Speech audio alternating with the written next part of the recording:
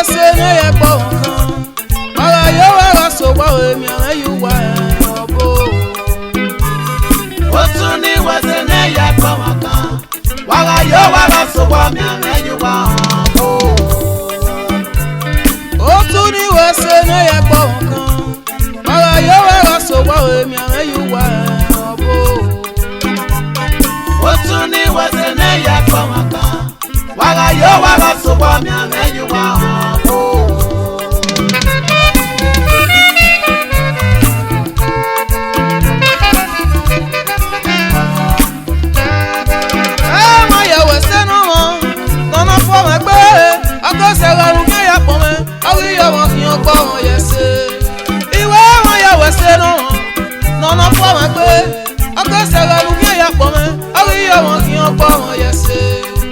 Engineer Prof Orobosa orí àpàlà ni mo ṣe Edosa mewedo. Engineer Prof Nanya la music worldwide Edosa mewedo.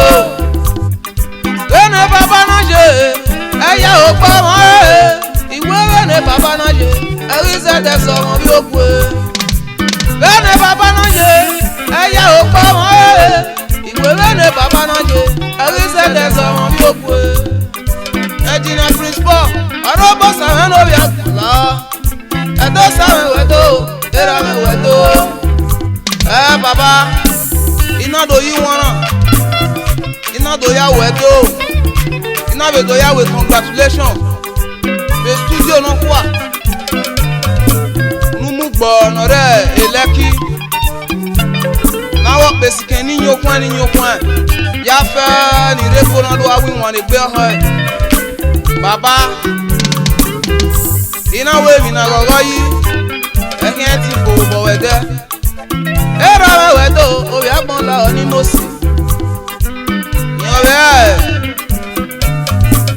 entrepreneur, president, CEO at Lahore Behavioral Service LLC, Go America.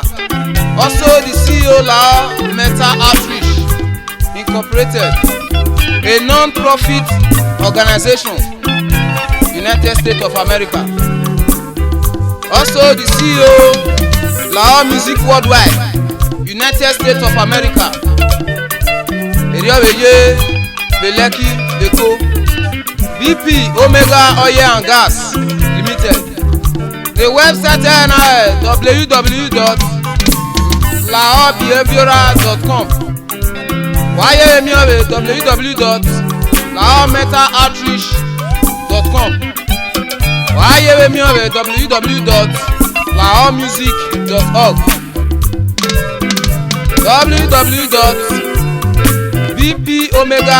www.bpomegaoilandgas.com. The wala website na ya fe ni you kan wa mi ni ya ngwa lo.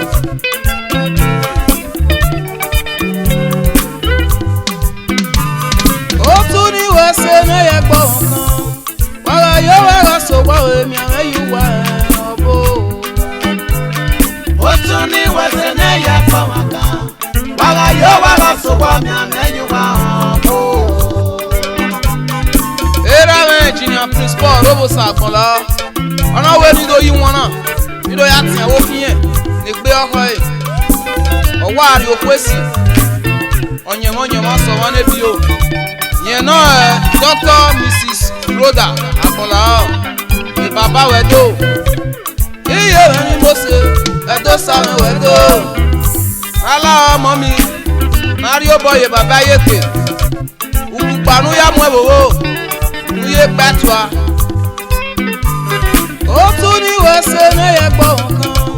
Ara yo wa so gbo emi an you wa obo.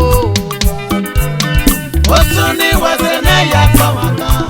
Ara yo wa so gbo emi an you wa obo. Era Engineer Prof Orobosa Agbonla. Ona we ni do le ma. Ki do wo tu na do.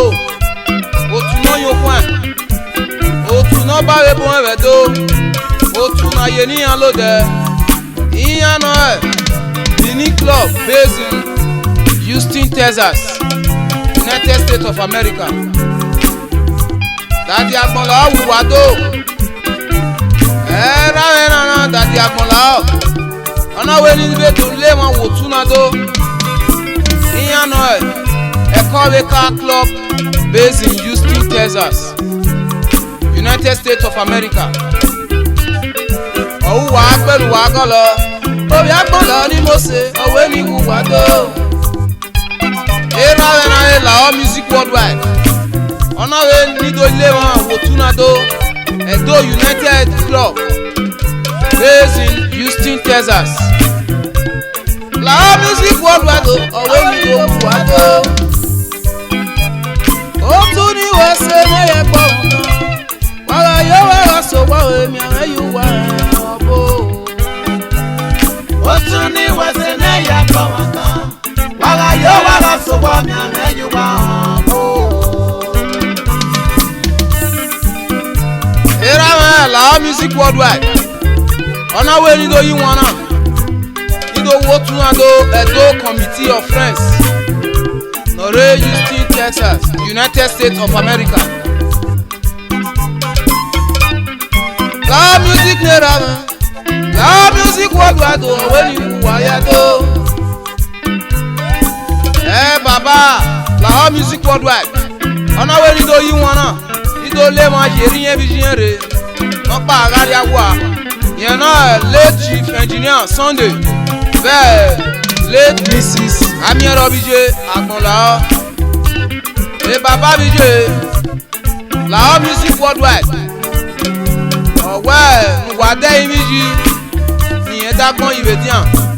Owe toye yewe no de ba wiyen o. Owa ganu wa na pa Baba Bije. Amaye mi on re yo o. Wa aswe mo kiyan we no we baso de. O tún ní wá ṣe ní ẹ̀pọ̀ nǹkan. Wàrà yóò wá sọ̀wọ́ èmi àwọn yóò wá ọ̀bọ. O tún ní wá ṣe ní ẹ̀pọ̀ nǹkan. Wàrà yóò wá sọ̀wọ́ èmi àwọn yóò wá ọ̀bọ. Dadi la music worldwide. Ọ̀nà wo ni tó lé wọn wẹ̀ Babado. Dadi Tony Camry. America Luxury Extended Stay.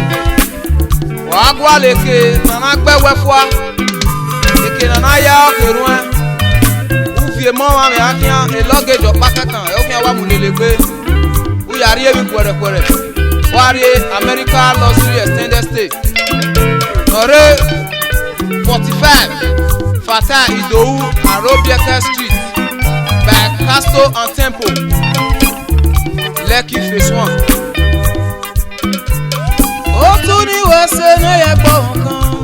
Wàrà yóò wá sọ̀wọ́ èmi àwọn yóò wá ọ̀bọ. O tún ní wá ṣe ní ẹ̀pọ̀ nǹkan. Wàrà yóò wá sọ̀wọ́ èmi àwọn yóò wá ọ̀bọ. Ìràwọ̀ la music worldwide.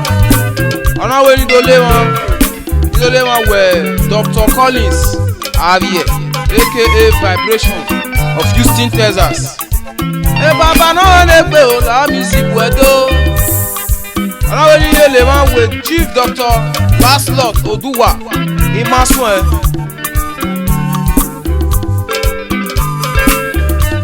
Laslot Oduwa wẹ́lẹ̀ ra mẹ́. La music wedo era mẹ́ genoki. Ó tún ní wá ṣe ní ẹ̀pọ̀ nǹkan.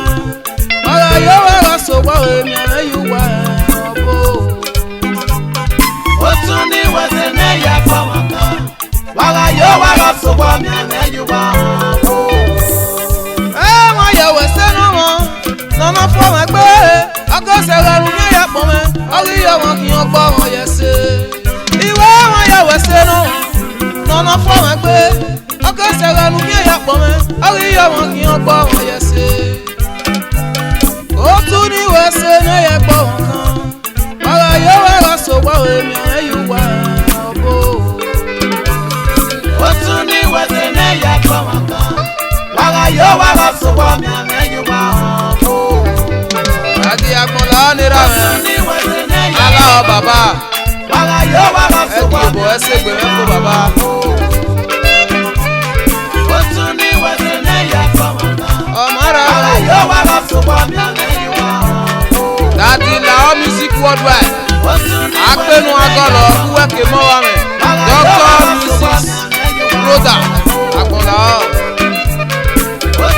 Baba wa di ayé luwe wa di ebi afẹ́ yóò bọ̀ wò. Baba